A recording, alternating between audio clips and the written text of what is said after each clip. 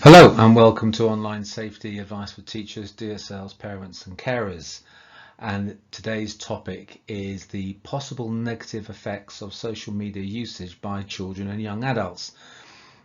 We hear a lot about FOMO, the fear of missing out. We hear a lot about screen time and the worry, especially now with COVID-19 and many hours being spent watching screens by our children and young adults.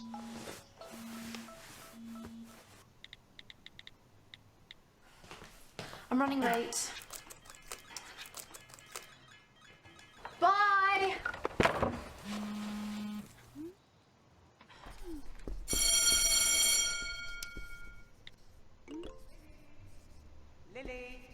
Lily! Miss Richardson took my phone again. She always picks on me, I don't get it. Guys.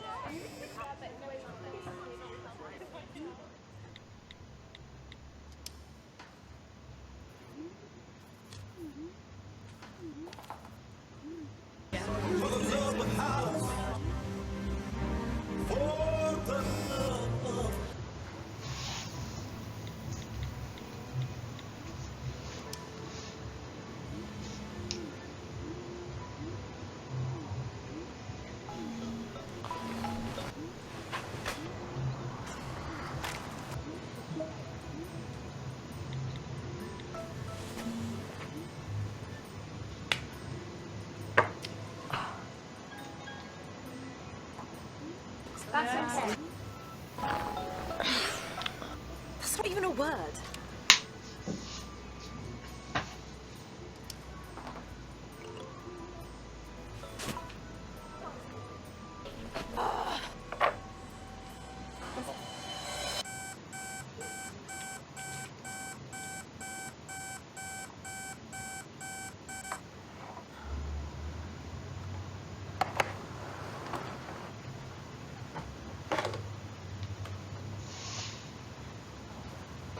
I've got English later than a rugby match.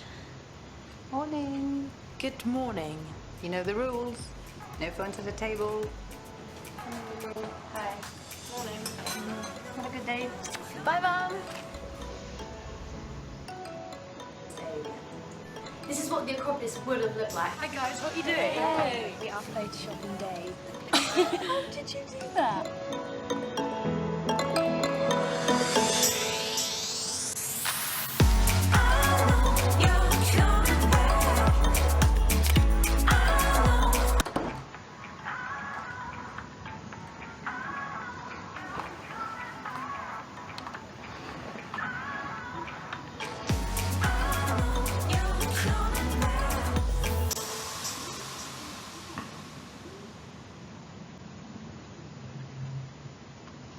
Break the Habit, a brilliant video by Digital Awareness here in the UK.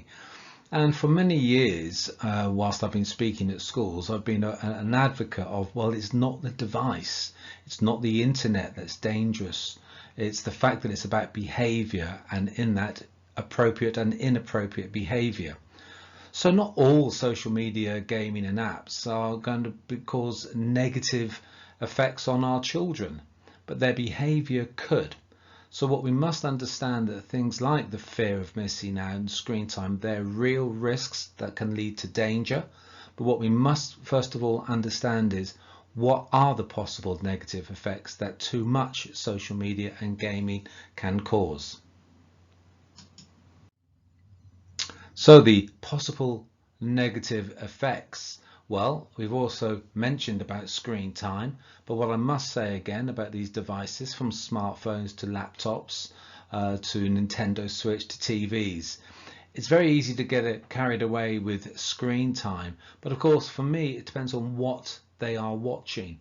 How long they spend is still important, but if they're talking to their grandparents, or they're actually using Teams, or they're using Zoom these days to actually do some online schooling, then is that the same sort of screen time as playing too much Call of Duty, Instagram, scrolling, that type of thing? And the answer to that is no, it's not. But certainly more and more pupils are discussing issues about sleep, depression, anxiety, and this fear of missing out. So it is about having this dialogue with your children and young adults So it's not about denying usage. Perhaps that could be looked at as the last resort if you really feel that there's far too much gaming with their devices or even usage of the handheld devices, then perhaps. But until then, keep talking to your children, keep talking to your young adults, ask them what they're doing. But as a last resort, it could be denying access may help. But I do have many online safety tips for parents, which you can go to my website and you'll be able to download for free. Have a good look at those first. But continuing this possible negative effects, well, what could they be? Well, many professionals, many academics have looked into it, both here in the UK and of course in the US. But using social media isn't directly harming teenagers, but it can reduce the time they spend on healthy activities such as sleeping and exercising. So that's where monitoring it really comes in. But as I said before, if they're using Teams and Zoom and using their computer or tablets to actually do school time, then of course that's the time they need online. We're talking about here playing the games or simply scrolling through pictures on Snapchat or videos on TikTok, or of course using Instagram. And the American Academy of Pediatrics has warned about the potential for negative effects of social media in young children and young adults, including online bullying. But of course we know that's there. That's why involvement of parents, trusted adults and teachers is so crucial to make sure we understand as adults what our children and young adults are doing online and how much time they are spending. But of course, social media will have its plus side. It's not all negative. I certainly myself enjoy using social media, but the social media that I will use will be different to my daughters. As they get older, they tend to use the same as me, which would be the Twitters, the LinkedIn, but I also use Instagram and I use Facebook. What about the TikTok? That allows them to connect with others, to connect with their friends, even make new friends. I don't mean strangers, but new friends who perhaps in their school year have decided to use Snapchat or TikTok. They use it for communicating, direct messaging, emailing, texting.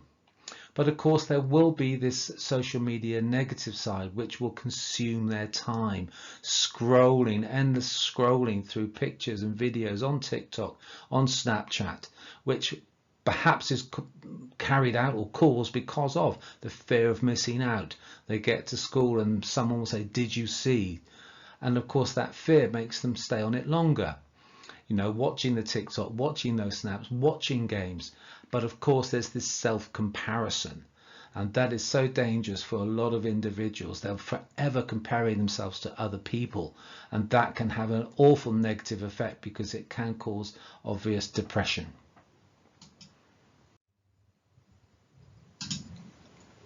Certainly this self-comparison is a very important negative effect to be aware of, and obviously surveys have found that Snapchat, Facebook, Twitter, Instagram all led to increased feelings of depression, anxiety, poor body image and loneliness.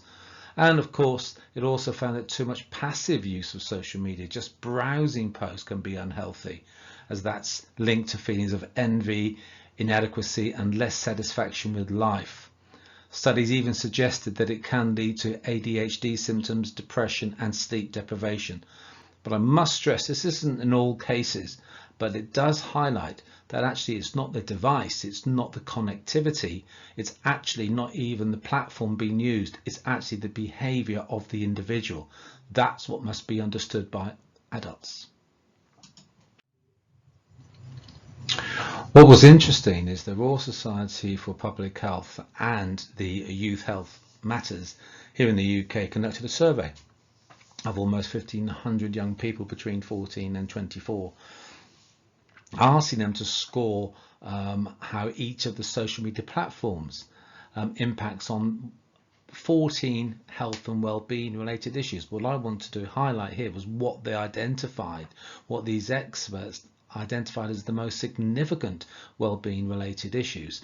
As you can see, you've got anxiety, depression, loneliness, sleep, self-expression, self-identity, real-world relationships, community building, bullying, and of course the fear of missing out. And what was always identified is the worst platforms were TikTok, Snapchat, etc., because those were the sites that were identified as where the self-comparison was at its greatest.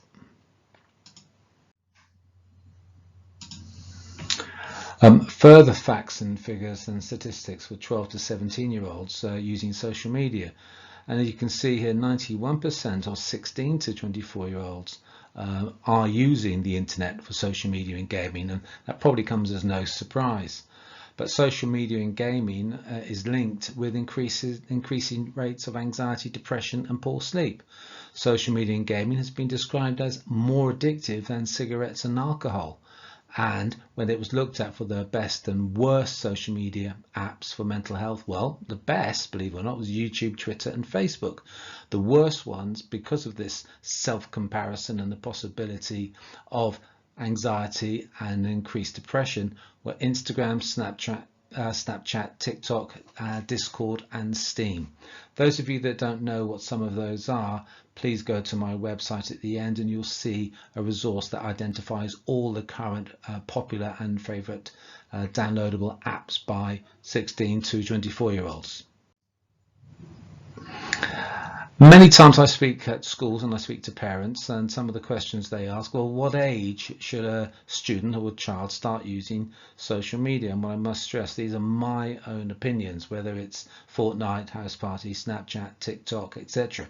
All these apps will have ages or age restrictions or age guidelines, but personally, if they are before they're 13, everything should be private, in my opinion. And age 12, well, it has to be 12 because obviously Fortnite has the minimum age of 12. Parents must or should have this discussion with their children and explain what their online brand should look like. Be proud of how they're behaving online. From age 13, parents should consider a signed social media and gaming use contract. Now, some parents will shun the idea of that, but it does work, or have this online safety screen plan. Because one thing, what it does do, it highlights the importance of dialogue and parents, trusted adults taking a part in their child or young adult's online life. From the age of 13 to 15, understand that they should start building an online personal portfolio. Use positive personal photos and posts. So keep and still use Instagram, Snapchat, TikTok as an extension of their personal online brand, not a sole personal brand. Age 14 to 15, start to publish this portfolio as a website or blog to improve their online presence, their online brand from possible Google checking or Google results. And age 17 up, schools should now discuss their positive digital tattoos for universities and future employment. The other question I get from a lot of parents and carers and trusted adults is, well, what age should a child have their own smartphone? This is very difficult. This is for me to answer because of having my own children, I knew what ages they started. But if you look at it then from up to about age 10, I don't think a phone is required. And I must stress, these are my own opinions. I don't think there's any need for a child to have a phone. So you could adapt that to saying, right, it's when they start secondary school in year 7. And from perhaps ages of 10 to 13, get a brick type phone that does allow for messaging, text messaging, and managed phone calls. In many countries now, including the UK, you can get a contract for a phone that will only allow a certain number of numbers to be stored. At age 13, parents should consider a signed smartphone contract. Again, some parents might shun this idea, thinking, oh no, I can't put that in place. But what it again guarantees is this ongoing dialogue and understanding between child and parent that there's a joint interest. It's a team effort to make sure they stay safe and use the devices appropriately. Age 14, then you can consider a smartphone. without social media installed, and you start though using Google Family Link on an Android, or family sharing on an Apple device, an iPhone. What this will allow, again, it's this team, because your child or young adult will be using your account, your Apple account, or your link to your Gmail account. You'll be able to see all the apps that they're attempting to install. Now, you may give permission for them to download and install an app to use, but again, what it does ensure is that you know exactly what their interests are. It's that togetherness that will keep children and young adults safe. And from the age of 15, smartphone with social media and gaming apps can be installed. But by then, of course, if you've used the other steps, then parents have been involved in their child's online usage. What can you do as a parent or trusted adult? You can keep reminding children and young adults that they can always come to you for this help, guidance and advice.